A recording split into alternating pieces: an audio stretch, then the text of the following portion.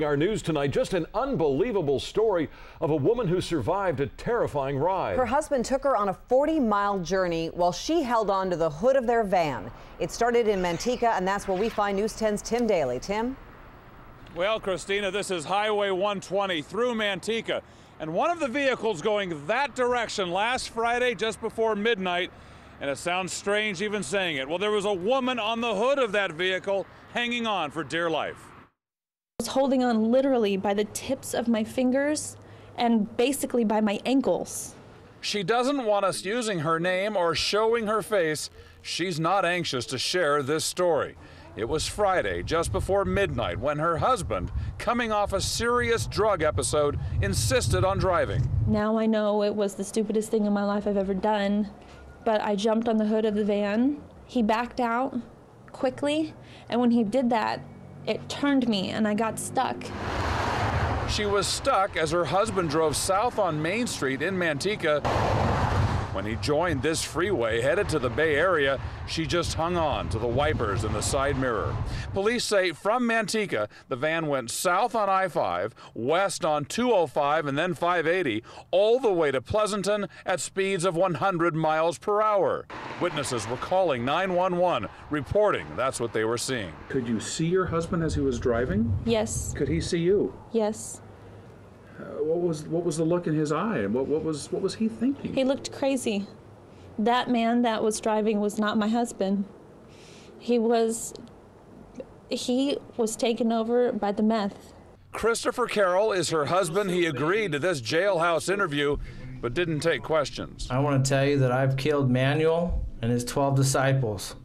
You ain't nothing on me.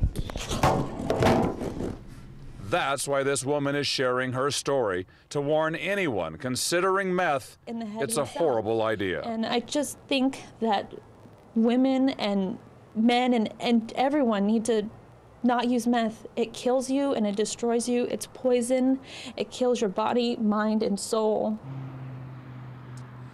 Now that woman finally jumped off the front of that van when her husband pulled off the freeway over in Pleasanton. Another driver in this area saw what had happened. He followed all the way over and took her to the hospital. She had some cuts and some scrapes and also hypothermia, but she says she's doing well now. Now, one final message from her. She wants other women in potentially dangerous domestic situations to get the help they need. And in this area, Dale and Christina, that means calling the Women's Center of San Joaquin County.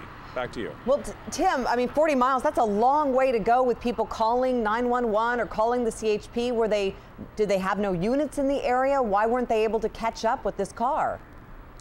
This car was going 100 miles per hour. We hear police chases all the time on our radios and scanners.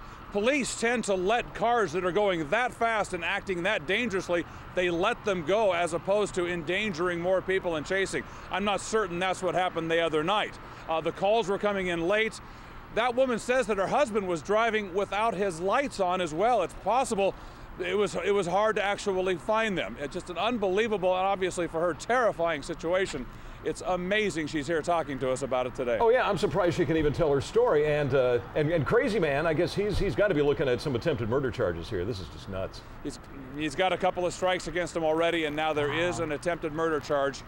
He goes to court later this week here in Manteca. Well, we thank her for telling us her story. That was no doubt difficult to do. Thank you, Tim.